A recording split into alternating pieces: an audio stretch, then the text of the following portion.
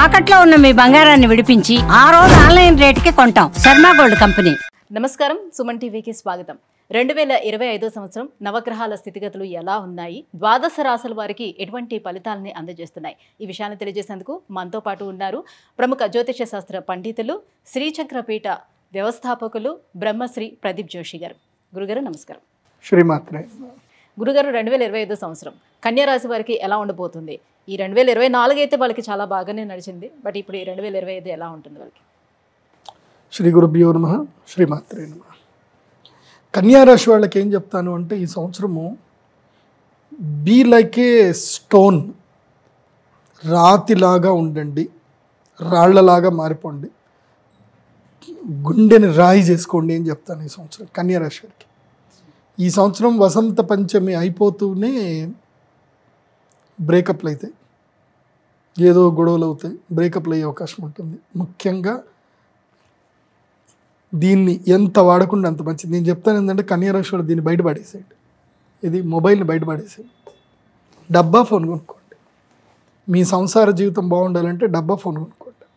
Be like A stone, ఎవరు ఏదైనా పట్టించుకోవద్దు, డోంట్ రియాక్ట్. కన్యారాశి వారికి ఈ సంవత్సరం ఏం చెప్తాను అంటే, డోంట్ రియాక్ట్. ఎవరు ఏదన్నా ఏమైనా డోంట్ రియాక్ట్. మీరు రియాక్ట్ అవుతుంది ఇంకా పెద్దగా అవుతుంది. చిన్న పుండు అవుతుంది, నువ్వు దాన్ని గోకినావు అనుకో అది ఇంత పెద్ద పుండు అవుతుంది. ఓకే, పుండు కాస్త గాయం అవుతుంది. సో పుండు వచ్చింది అనుకో, దాన్ని ఏమనుకుని అట్లాగే పక్కన పెట్టు, అది పుండు మానిపోతుంది.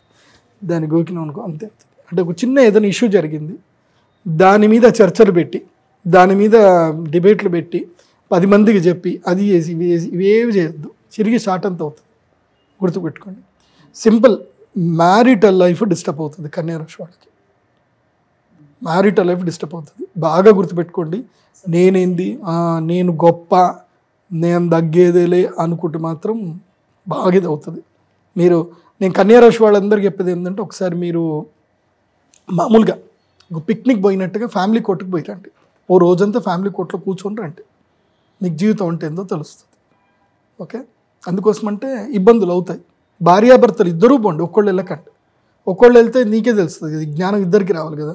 వట్టిగా పిక్నిక్ పోయినట్టు ఒక టిఫిన్ బాక్స్ పెట్టుకొని వెళ్ళి ఫ్యామిలీ కోర్టులో వెళ్ళి కొంచెం అట్లా కూర్చొని వాళ్ళ పరిస్థితులు ఏంది ఏం కథ అని ఊరికి ముచ్చట పెట్టండి. భార్య పోయి ఆడోళ్ళతో ముచ్చట పెట్టారు, మొగోడు పోయి అబ్బాయిలతో ముచ్చట పెట్టాలి, ఏమైంది ఇట్లయింది అని అంటే అలా చెప్తారు. డిఫరెంట్ స్టోరీలు చెప్తారు. అవి విన్నాక, అమ్మ మేమిద్దరం మంచిగా ఉన్నాము, ఇంకా మేము ఏ పంచాయతీలు పెట్టుకోలేదు, ఇక పెట్టుకోము అన్న ఒక రియలైజేషన్ వస్తుంది. నేను అందరికి కూడా, ఏ ఆస్ట్రాలజర్ కూడా గుడికి పొమ్మని చెప్తాడు, నేను చెప్తాను కోర్టుకు పొమ్మని చెప్తాను. ఒకసారి పోయేస్తే తప్ప తెలియదు మీకు మీ జీవితం అంతేందో. కాబట్టి ఇంకా జీవితంలో కోర్టుకు పోవాలనుకోరు, ఒకసారి పోయిరండి. నాకు తెలిసి కోర్టులు కూడా ఒక అరేంజ్మెంట్ చేయాలి. కోర్టులో విజిటింగ్ అవర్స్ అని చెప్పి కొంతమందికి పిలిపించి కోర్టులో కూర్చోబెట్టాలి. అప్పుడు కానీ జీవితంలో కోర్టులో ఏం జరుగుతుంది, అక్కడ ఎంతమంది బాధలు ఎట్లున్నాయో తెలియదు. కన్యారాశి వాళ్ళు ఈ సంవత్సరము దిగ్బంధన యోగం ఉంది. జైలుకి వెళ్ళడము, లేకపోతే ఏవోటి గొడవలు జరుపుకోవడము, లేకపోతే లీగల్ ఇష్యూస్లో ఇరుక్కోవడము, అవన్నీ జరుగుతాయి. ఇంకోటి ఏంటంటే, వీళ్ళకి దశమ స్థానంలో గురువు వస్తున్నాడు. దశమ గురువు వచ్చినప్పుడు పని భారం ఎక్కువ అవుతుంది. అంటే మీరు ఏదైనా పని చేస్తున్నా, ఎంత కష్టపడుతున్నా కానీ రికగ్నైజేషన్ దొరకదు. ముఖ్యంగా బిజినెస్లో ఉండేటువంటి వాళ్లకు మీ దగ్గర గట్టిగా ఎవరైతే పని చేస్తారో వాళ్ళు పని మానేసి వెళ్ళిపోతారు. సో పని వాళ్ళు లేక బిజినెస్ కొలాప్స్ అయిపోతుంది. కాబట్టి వర్కర్స్కి తప్పకుండా ఎక్కువ డబ్బులు ఇచ్చైనా సరే వాళ్ళని కాపాడుకోండి కన్యారాశి. చాలామంది బిజినెస్లో ఏం చేస్తారంటే, వర్కర్లని వాళ్ళు శాలరీ ఇచ్చి పనిచేసే మిషన్ల లాగానే చూస్తారు. అది పొరపాటు అవుతుంది కన్యారాశి వాళ్ళకి.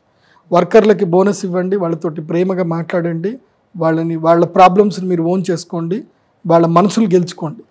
లేదా వర్కర్లు వదిలేసి వెళ్ళిపోయారనుకోండి, మీ బిజినెస్ మొత్తము ఆగిపోతుంది. ఎందుకోసమంటే ఇప్పుడున్న పరిస్థితుల్లో మంచి లేబర్స్ దొరకరు. వర్కర్లు దొరుకుతారు మేబీ, కానీ నమ్మకమైన పనివాళ్ళు దొరకరు. నమ్మకమైన పనివాడు, పని తెలిసిన పనివాడు, ఇవి రెండు కలిపి ఎవడని దొరికితే మాత్రం వాడి కాళ్ళు గడిగి వాళ్ళని ఉంచుకోండి, వాళ్ళు ఎవరైనా సరే.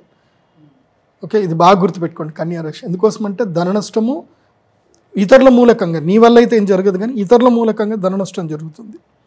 సింపుల్, అక్షయ తృతీయ వరకు వీళ్ళు చేయాల్సింది ఏంటంటే, కన్యారాశి వాళ్ళు ముక్కు మూసుకొని మూలకు కూర్చోవాలి. ఏం మాట్లాడద్దు, ఇంకా ముక్కు మూసుకొని మూలకు కూర్చోవాలి అంతే. డైలీ రొటీన్ పనులు మాత్రం చేసుకోవాలి. ఎలాంటి ఇన్వెస్ట్మెంట్స్ కానీ ఎలాంటి రిస్క్ పనులు కానీ ఏమీ చేయకూడదు. ఎవరేమైనా అన్నా సరే నవ్వుతాం, సరే సరే మంచిది అనాలి తప్ప మీ అత్తగారు ఏమైనా అన్నారనుకోండి ఇంటికి వచ్చినప్పుడు, మంచిది అత్త మంచిది, పంతులు చెప్పిండు నాకు, జోషి పంతులు చెప్పిండు, జోషి గారు చెప్పారు, ఏదైనా నవ్వుతూ ఉండమన్నారు. ఇదే బాగా గుర్తుపెట్టుకోండి. ఏం జరిగినా నవ్వుతూ కూర్చోవడం నేర్చుకోండి. కన్యా రాశి వారు ఈ సంవత్సరం నవ్వుతూనే ఉండండి. ఏం జరిగినా నవ్వండి. ఓకే. మరి వీటికి దైవపరంగా పరిహారాలు ఏం చేసుకోవాలి?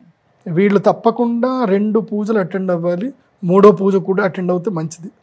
ఎవరు మెయిన్గా బిజినెస్ మ్యాన్స్ 3 పూజలు అటెండ్ అవ్వాలి. ఎందుకోసం అంటే త్రిశక్తి కావాలి. శని బాగలేడు, గురువు బాగలేడు, ఇటు రాహువు కూడా బాగలేడు. రాహు 12వ స్థానంలో కొంచెం 6వ స్థానంకి వస్తాడు, శత్రువులు దూరం అవుతారు, కానీ పోయేటప్పుడు బాగా ఇబ్బంది పడేది జరుగుతుంది.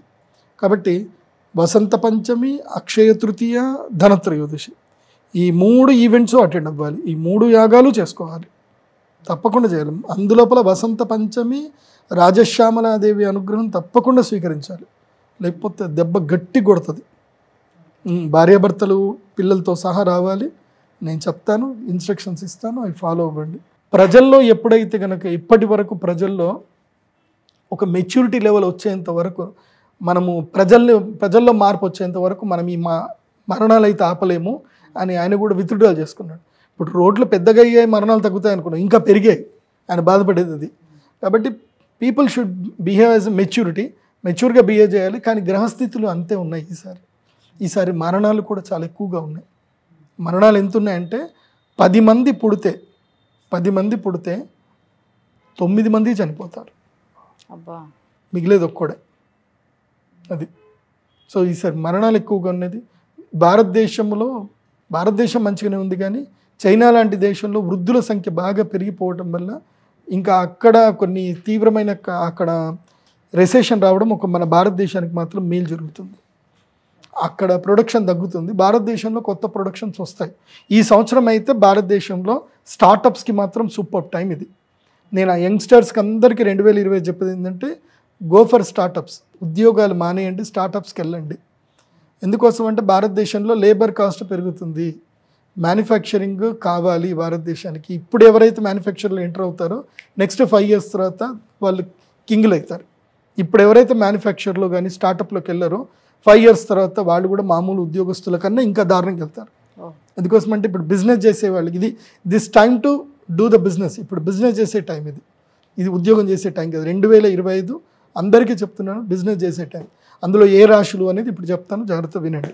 గురుగారు, ఈ 2025వ సంవత్సరంలో ఎవరికి అనుకూలంగా ఉంది, ఎవరికి ప్రతికూలంగా ఉంది, ఏ ధరలు పెరుగుతాయి తగ్గుతాయి, దేశ కాలమాన పరిస్థితుల గురించి వివరించినందుకు ధన్యవాదాలు గురుగారు. శ్రీమాత్రే.